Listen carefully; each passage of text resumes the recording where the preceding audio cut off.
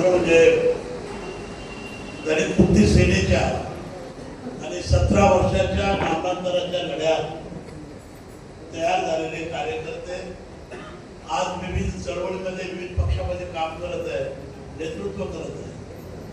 त्या नामांतराच्या लढ्यातून निर्माण झालेलं नेतृत्व, दलित मुक्ती सेनेच्या माध्यमातून निर्माण झालेले नेतृत्व आज संपूर्ण महाराष्ट्रामध्ये काम करताना दिसत आहे. तर म्हणजे नामांतराचा प्रश्न, नामांतराचा लढा हा अत्यंत मोठा विषय आहे. या देशामध्ये महात्मा गांधींच्या नेतृत्वात स्वातंत्र्य लढा झाला. त्या स्वातंत्र्य लढ्यानंतर या देशातला सर्वात मोठा लढा जर कोणता असेल तर तो मराठवाडा विद्यापीठ नामांतराचा लढा. प्राध्यापक कवाडे सर असतील, दलित मुक्ती सेना असतील, जे आमच्यासारखे कार्यकर्ते असतील, ज्या मुठीतून तयार झालो, त्यामध्ये आदरणीय मॅडम कवाडेचा फार मोठा सिंहाचा वाटा. अनेक संकट आली. योगेंद्र कवाडेंना नांदेडच्या कोर्टामध्ये देशद्रोहाच्या गुन्ह्यामध्ये अटक झाली. ॲडव्होकेट धनवे आपले वकील होते. औरंगाबादच्या कन्नडमध्ये राष्ट्रीय सुरक्षा कायद्याखाली कवाडेंना अटक झाली. अनेक वेळा लाठी हल्ले झाले, अनेक वेळा जेलमध्ये गेलो. माझ्या सारख्यावर 302, IPC 307, रेडीमेड 302, अर्धनपूरमध्ये महिलावर होतो, नागपूरला महिला, प्रत्येक या महाराष्ट्रातल्या प्रत्येक जेलमध्ये तुरुंगामध्ये राहिलो. अनेक प्रकारे या आंदोलनाची गळचेपी करायचा प्रयत्न केला. हे असं आंदोलन होतं की ज्याला काही लोकांनी रॉंग मार्क म्हटलं, काही लोकांनी नामांतरित डेड इश्यू मेलेला विषय असा म्हटला. लोकशाहीच्या रक्षणासाठी 27 जुलै 1978 रोजी महाराष्ट्राच्या विधानसभेत विधान परिषदेत नामांतराचा ठराव संमत झाला. संध्याकाळी 7 वाजता रेडिओवर बातमी गेली आणि संपूर्ण मराठवाड्यामध्ये जाळपोळ दंगल सुरू झाली. आमच्या आया बहिणीची इज्जत कुठल्या घराला आगी लावल्या आणि मग पुन्हा एक मताने, एक मुखाने बिनविरोध संमत केलेला नामांतराचा ठराव बाजूला टाकला. कारण दंगी होती, जातीय तणाव निर्माण होईल. अशा पद्धतीनं जर या देशाचं लोकशाहीचं, महाराष्ट्राचं लोकशाहीचं काम चालणार असेल तर त्यावेळी देखील आम्ही म्हणत होतो, आज देखील म्हणतो, नामांतराचा प्रश्न बाबासाहेबांच्या नावाची पाठी लावायचा विषय नव्हता. नामांतराचा प्रश्न हा लोकशाहीच्या रक्षणाचा होता, लोकशाहीच्या अधिकाराचा होता. एकदा का दंगल झाली आणि मग सरकारने संमत केलेला ठराव बाळगण्याची प्रथा सुरू झाली असते तर आपण आज पाहत आहोत. लोकशाहीची व्याख्या केली जाते, लोकशाहीचं उल्लंघन केलं जातं. परंतु बाबासाहेब आंबेडकरांनी जगात सर्वात मान्य असलेली लोकशाहीची व्याख्या, government of the people, by the people, for the people, लोकांनी चालवलेलं राज्य, बाबासाहेबांनी लोकशाहीची जी व्याख्या केली, अशी शासकीय व्यवस्था, अशी राज्य व्यवस्था की ज्या व्यवस्थेमध्ये सामाजिक आणि आर्थिक क्रांतिकारक परिवर्तनाचा निर्णय घेताना रक्ताचा थेंब देखील सांडता कामा नये, सांडता जाणार नाही, अशी लोकशाही व्यवस्था ही बाबासाहेबांनी केलेली व्याख्या. आणि मग मराठवाड्यात दंगल झाली, नामांतराचा ठराव भरगळला. त्यानंतर महाराष्ट्राच्या विधानसभेमध्ये, विधान परिषदेमध्ये तुमच्या माझ्या हिताचा एक पण निर्णय संमत झाला नव्हता.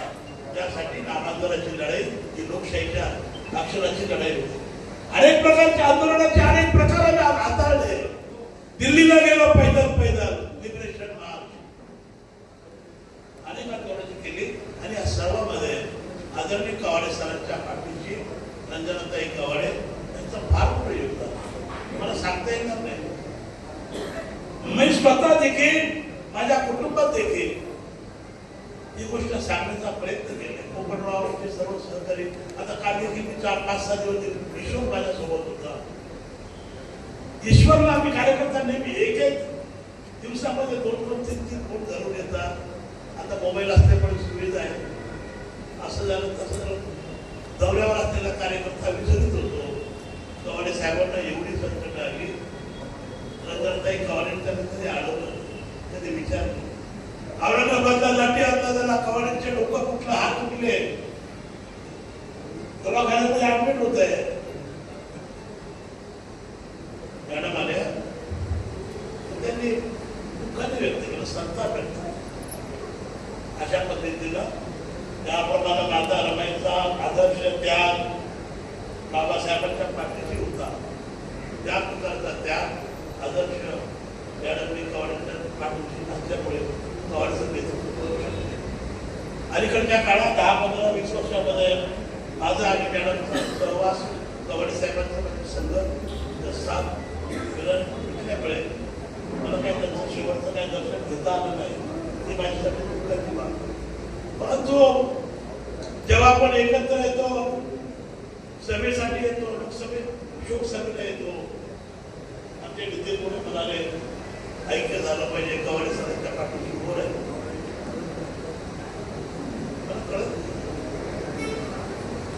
काल परवा प्रकाश आंबेडकरांनी असंच काही म्हटलं.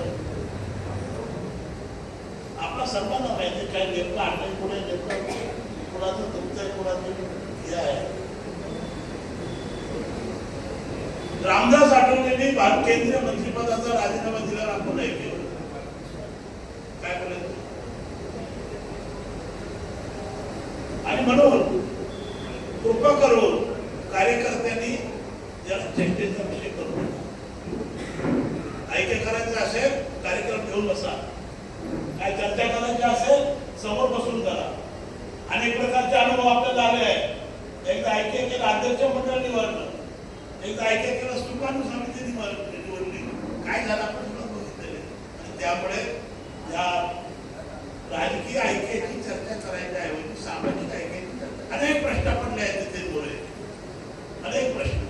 काल मी भेटलो कलेक्टरला, 1000 एकर महारत्नाची जमीन बळकावली गेली. पुण्याचा प्रकार चालला आहे. चळवळीचा आवाज नाही.